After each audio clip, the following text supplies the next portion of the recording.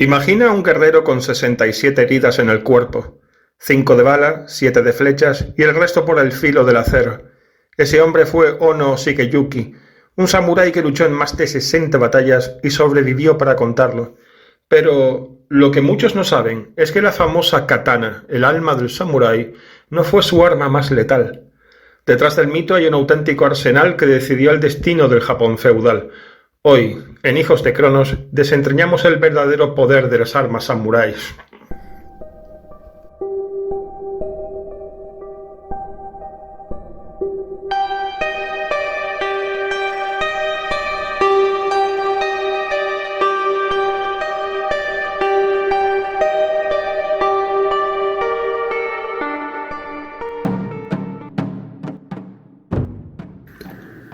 En el año 1609, un samurái veterano llamado Ono Shigeyuki murió tranquilamente en su vejez.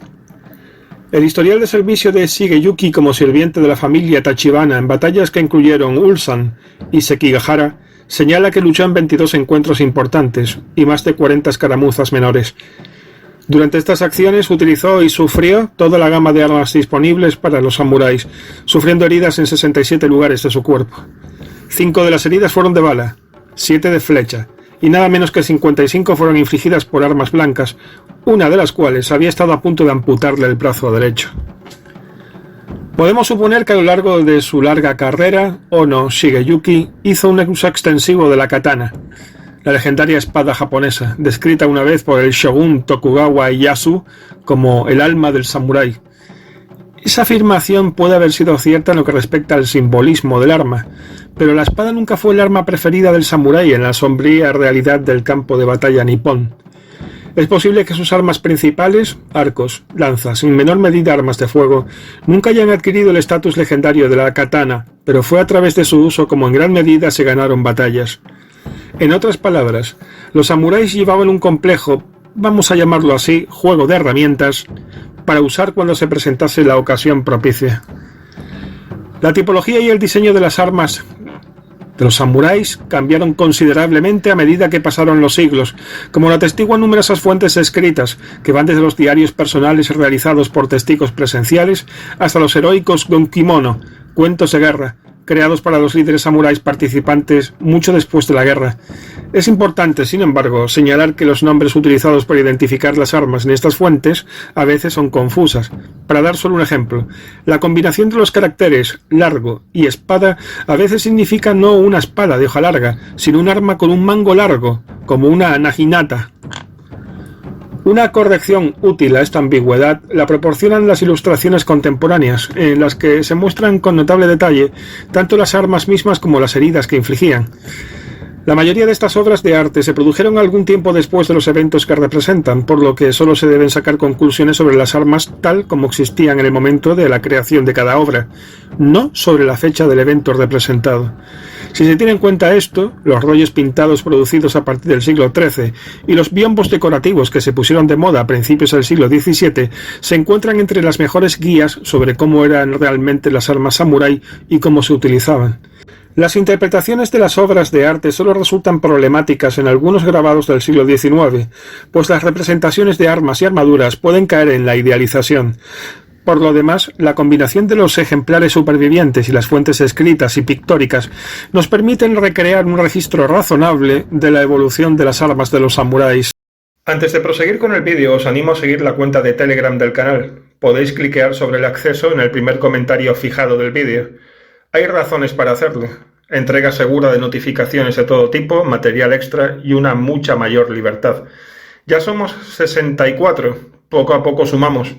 Además, hemos abierto un nuevo canal de YouTube llamado El Lenguaje de los Símbolos. Está centrado, como el nombre indica, en el simbolismo. Si os atrae este mundo, os gustará formar parte también de ese nuevo proyecto.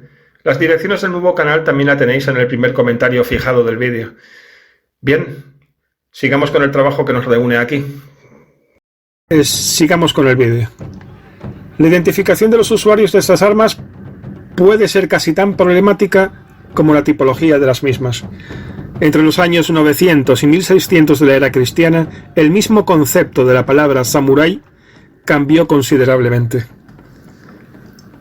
Como guerrero que vivió durante el periodo Sengoku, la era de los estados en guerra, que coincide aproximadamente con el siglo XVI, nuestro héroe, Ono Shigeyuki, habría estado orgulloso de ser llamado samurái, y se habría sorprendido mucho si alguna vez hubiera descubierto que sus ilustres antepasados, cuyos logros Shigeyuki habría deseado emular, tenían una comprensión muy diferente del significado de la palabra.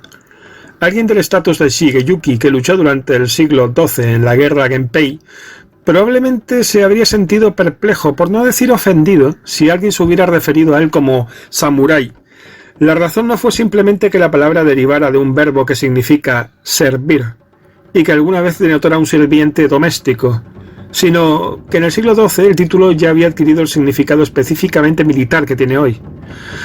Lo cierto es que hasta principios del siglo XV la palabra samurái todavía conservaba la implicación de sumisión a otra persona, de modo que los guerreros llamados samuráis, que lucharon durante la guerra Genpei, eran seguidores de una clase de élite que poseía tierras y tenía importantes conexiones familiares. Aquellos líderes montaban a caballo y eran hábiles arqueros. Durante el siglo XIII, estos individuos pasaron a ser conocidos como Gokenin, cuya traducción vendría a ser hombre de casa honorable, cuyo estatus de élite derivaba no solo de sus habilidades en la guerra, sino también de la propiedad de las parcelas de tierra concedidas por el shogun y de las que tomaron sus apellidos. Gokenin esperaba lealtad de los samuráis, no terratenientes que los seguían a la batalla y luchaban a pie, a veces con arcos, pero por lo general con armas blancas. En este grupo, al que a menudo se hace referencia erróneamente únicamente como soldados de infantería, en realidad eran los verdaderos samuráis de aquel momento. Sin embargo, pudieron ascender en la sociedad gracias al buen servicio y las recompensas que consiguieron, por lo que su estatus era análogo al de los escuderos europeos que servían a los nobles caballeros. La distinción anterior en nomenclatura persistió hasta el periodo Sengoku, que fue una época de conflictos, pero también de oportunidades, puesto que el poder, el estatus y la riqueza estaban en juego.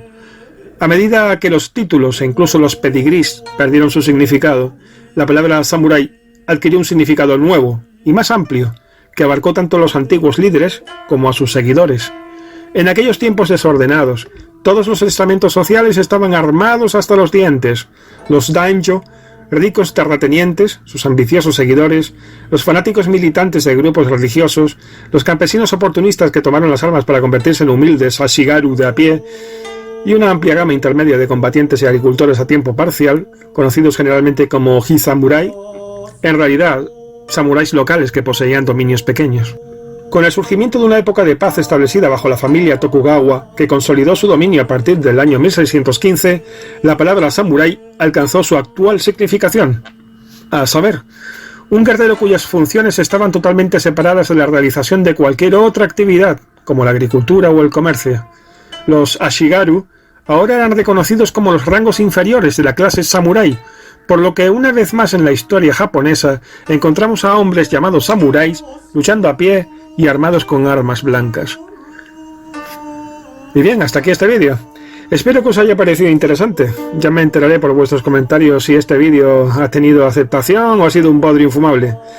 Personalmente a mí me gusta, así que, a pesar de los críticos y escépticos, seguiré haciendo vídeos sobre la historia del pueblo japonés y, en el caso que nos trae, sobre su armamento. Un vídeo, un arma. Hasta el siguiente trabajo.